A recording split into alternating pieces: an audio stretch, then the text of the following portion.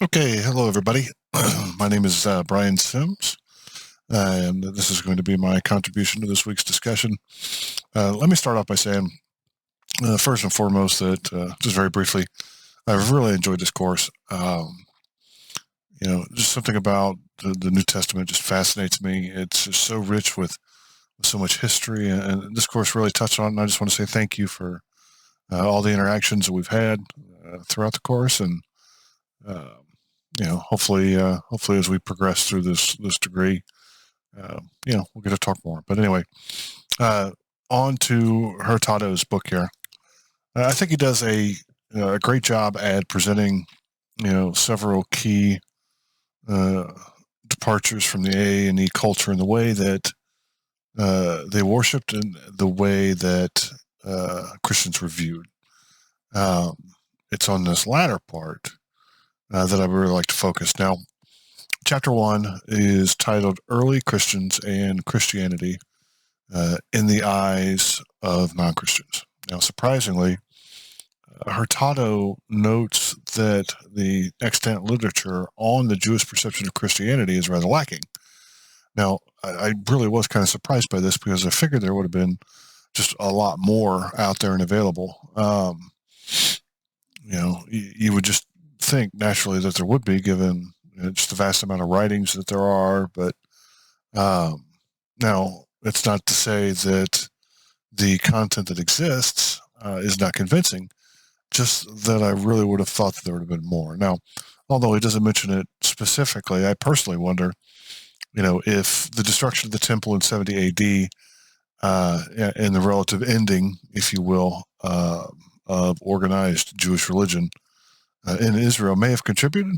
Um, it's kind of possible that we just don't have the literature because it was destroyed or gone, or whichever the case may be. Now, this certainly would be an interesting subject for further exploration, but what he does go into great length to explain as far as the opposition to Christianity in the Jewish community is from retelling Paul's own accounts. Now, starting with a reference to Galatians 1:13, which says, "For you have heard of my former life in Judaism, how I persecuted the church of God violently and tried to destroy it." Now, Hurtado logically focuses on that word destroy, and that makes sense because even in our language, in the English language, destroy is just a very strong word. The Greek, porthea or portheo, I've seen it a couple different ways, and I'm probably butchering that pronunciation, has a corresponding reference to harsh or violent actions. Now, when Greek is brought in, we've always got to be a little bit more careful, but I think that Hurtado does a good job here of, picking the correct usage of that word. Now, this word destroy, coupled with Paul's, indifference while he's standing there holding the coats of the people that are stoning to death, Stephen, just kind of indicates that we have just a very hard-hearted and just cold man, just very cold. And you just got to wonder what kind of person, does that. It's one thing to actually throw the stones, but there's a whole nother level of hatred that comes from just joyfully watching it happen. Paul obviously would reflect on this at various points in his different letters with deep regret, as well he should. Now, the text, this part I didn't really fully understand why it was in. It says the text takes a deep dive into the concept of zeal as found in Philippians 3:6. And he says, "As to zeal, a persecutor of the church; as to righteousness under the law, blameless." Now, I do think that this word study on zeal is just a little bit overboard. As he's diving into the Old Testament and even pulling in Maccabees references, talking about the Phineas tradition. Now, academically, this is actually very interesting, and certainly would spur with more time, additional study, and it didn't seem to me that it added a whole lot of weight to the argument that this text is directly talking about. That is the Jewish perception of early Christianity. Now, Hurtado also explores the question of what Paul might have thought of Jesus before his conversion.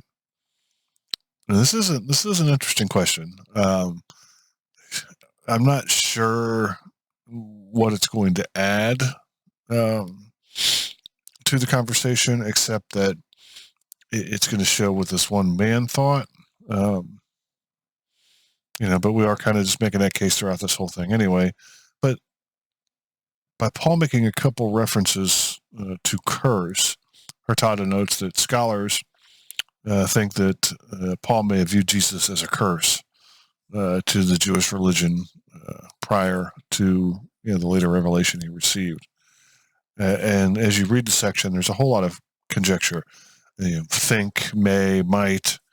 So I put in there, it's kind of conjecture at best, but it is interesting to think about. That's one of those things that we're going to have to wait and ask him when we see him, up in heaven. Now, in the next section, Hurtado kind of begins to dig into how the pagans viewed Christianity. In order to do this, he kind of really delves into some A&E writings, and this begins to bear fruit for the reader, and I note in spades. He takes a look at some of the writings of Tacitus, Pliny, Galen, Marcus Aurelius, Lucian, and Celsus.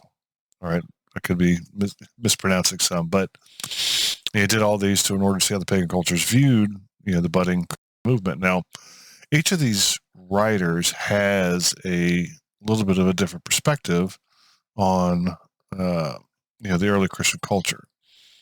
Now, the writings of Tacitus seem to be more referenced in other material I've read during my studies. So when I saw that he was referenced here, my first thought immediately went to Nero as probably the most obvious example of just what persecution was and what the Roman people thought of early Christianity. From the accounts of just the dipping in tar or dipping in oil and using Christians as human torches to light his garden as he walked through the night. I mean, it's just you get a very clear perception from that, and I kind of expected that when the text brought in Tacitus and it was there. Of course, this is certainly the most glaring and most infamous recounting. The other writers demonstrate, though, various levels of disdain or even, passing tolerance, if you will, for the early Christian movement. Example, Galen was a bit more positive about the movement, but still viewed it as intellectually inferior. This is not really surprising, given that Galen was a doctor, and doctors are very prone to more empirical thought processes, and a lot of the concepts of Christianity can be very philosophical, very heady, very out there. Lucian, on the other hand, held a much more negative view by seeing their great sin as not worshiping the traditional deities. Now, it's under the section of Pliny that I found a statement that honestly I was most at odds with probably in this entire text, just because it stood out so much to me as soon as I read it. Now, on page 25, Hurtado states, while referencing 1 Peter 2. All right, hold on. Is it 4 or 2? It's 1 Peter 4, 12 through 19. He says, quote, on page 25, in this passage, 1 Peter 4, 12 through 19, the author, and he says, some early Christian writing in the name of Peter goes on to distinguish between suffering on account of criminal actions, such as murder and theft, and suffering as a Christian. Now, this comment seems wildly out of place in my opinion, with so much more of the rest of the text. In order to demonstrate what I'm talking about here, I'm going to read from the Reformation Study Bible. Ligoniers put out. R.C. Sproul, in his introduction to the book of First Peter, notes that the external attestation of First Peter as a genuine epistle of Peter is widespread, early, and clear, and there is no evidence that it was ever attributed to anyone else. Apart from the possible witness of 2 Peter 3:1, 2nd and 3rd century church fathers, including Irenaeus, Tertullian, Clement of Alexandria, and Origen, all attributed the epistle to Peter. By the time of Eusebius, I know I'm butchering that one, in the early 4th century, there was no question as to its authenticity. Now, with that in mind, I found this one statement of Hurtado just glaringly, honestly concerning, and honestly makes me want to kind of look into how does he view the formation of canon. Now, please don't misconstrue. I don't think that this takes away from the text in any way, shape, or form. But that statement thrown in there kind of triggered my thinking as to, I need to know how this man thinks about the rest of Scripture and its authenticity. But either way, those are my just passing thoughts on the text that we had to read. And again, I just want to say thank you to everybody. It certainly has been a lot of fun, a lot of work. I mean, life has gotten in the way. I've been late on a couple discussion boards and stuff, and I apologize. But I just hope that God continues to bless each and every one of you in these studies. And I look forward to one day either walking with you or seeing you all walk. So you guys have a blessed day. Thanks.